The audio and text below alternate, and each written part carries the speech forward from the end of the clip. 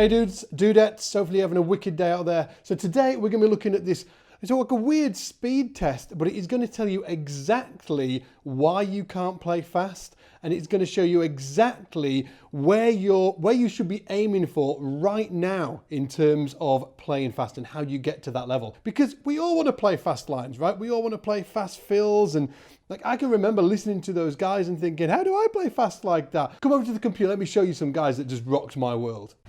Obviously, first up, we've got to talk about Adrian Furrow. He is an absolute monster.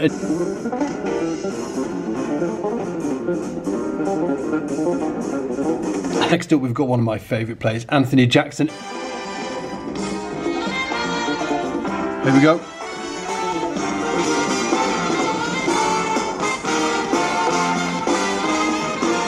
Obviously, we've got to have Billy.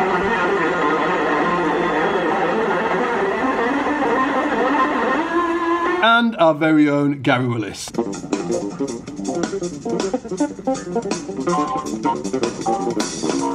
To watch guys like that and just be like, well, how do I play fast? You know, and how fast should I be aiming for? Should I be going in increments, starting slow and getting faster? Well, this weird test, it's going to show you exactly how fast you should be able to play right now. It's going to prove to you. Just come over to the board and check this out. Step one is about finding where your threshold is. And earlier I mentioned that we were going to give you an exact BPM of what you should be aiming for, okay? This step one is going to help you find that, okay? So step one, find your threshold. Find your threshold. Find your threshold, okay?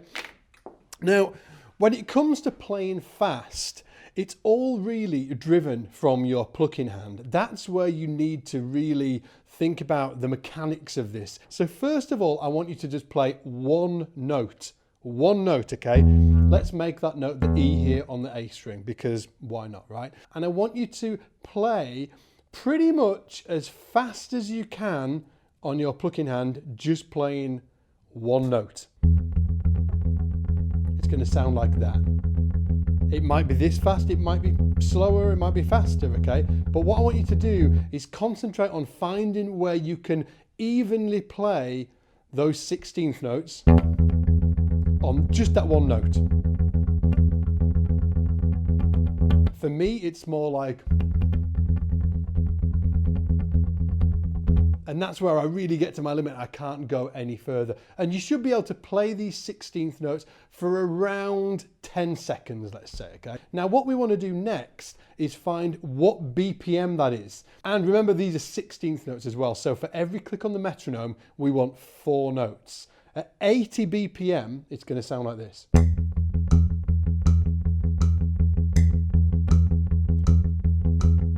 That's 80 BPM.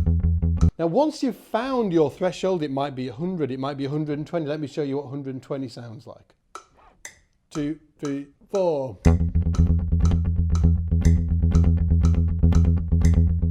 That's what 120 sounds like, okay? That's me really on my limit there, okay? But let's put it down to 80 BPM.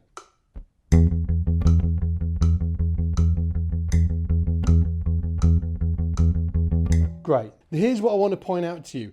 If you can play a stream of constant notes at 80 BPM or however long, you know, whatever your threshold is, okay, you should be aiming to play a scale at the same BPM, okay? So let's say hypothetically that it is 80 BPM, 80 BPM. If you can do it at 80 BPM on one note, you absolutely should be able to play a scale ascending and descending at the same speed, okay? It's going to sound like this.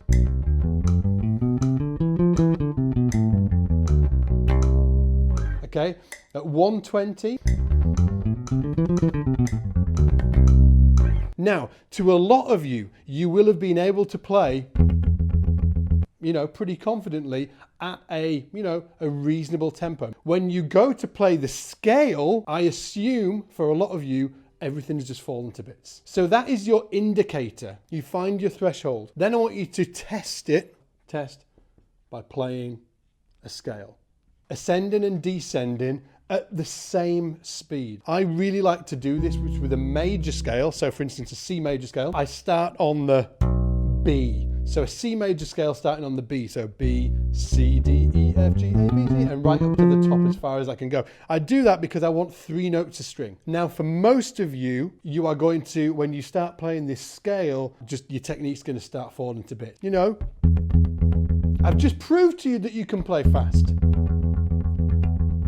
Yeah? But can you play an ascending line up and down fast, okay? For a lot of you, the answer will be no. So let's look at how we fix that. So number 3 is I want you to start doing groupings of 3. Groupings of 3. Now these groupings of 3 are going to get these hands synced, because for a portion of you, you're going to find it hard to play groupings of 3 at your BPM, that threshold BPM, right? So I'm going to put it on 80 BPM, basically a grouping of 3 and then a rest, okay?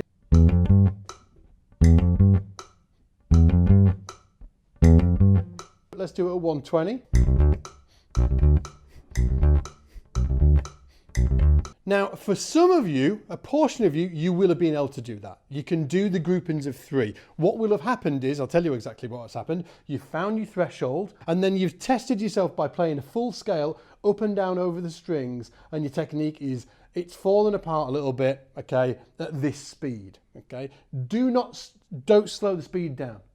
Don't slow the speed down, really important. Don't slow that down, okay? But then when you went to the groupings of 3, you've been able to do that. If you can't do the groupings of 3, stop here on step 3. Just concentrate on that for the next 2 or 3 days and you will nail it. Now, step 4, what do we do now? Okay, step 4, we start doing speed bursts. Speed bursts.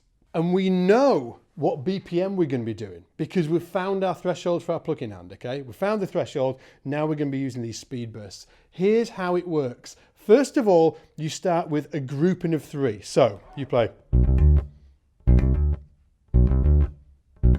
with your rest. Groupings of 3. I want you to do, say, 4 sets of groupings of 3. It's going to sound like this. 100 BPM. Now, after you've done 4 groupings of 3, I want you to do 4 groupings of 4. 1, 2, 3, 4. 1, 2, 3, 4. Now, what's happening here is you can nail it down on one string. You've got your coordination down there. But when you add that 4th note in, now you are actually moving from one string to the other. And this is why, if you nailed it at whatever your threshold was here, and then you played that scale and just fell to bits, this is why. I'm going to prove to you exactly how, why, and and exactly how you can fix this, right? So you start with the groupings of 3. Now groupings of 4. That was 4. Then 5. Now when you get 1, 2, 3, 4, 5, it's going to start feeling even more uncomfortable. Now, groupings of 6. 1, 2, 3, 4, 5, 6. 1, 2, 3, 4, 5, 6. 1, 2, 3, 4, 5, 6. 1, 2, 3, 4, 5, 6. Now, when it gets to this 1, 2, 3, 4, 5, 6, 7, for a lot of you, this is when everything's going to feel really uncomfortable. Really uncomfortable, okay? 1, 2, 3, 4, 5, 6, 7. 1, 2, 3, 4, 5, 6, 7. 1, 2, 3, 4, 5. 8. A few moments later.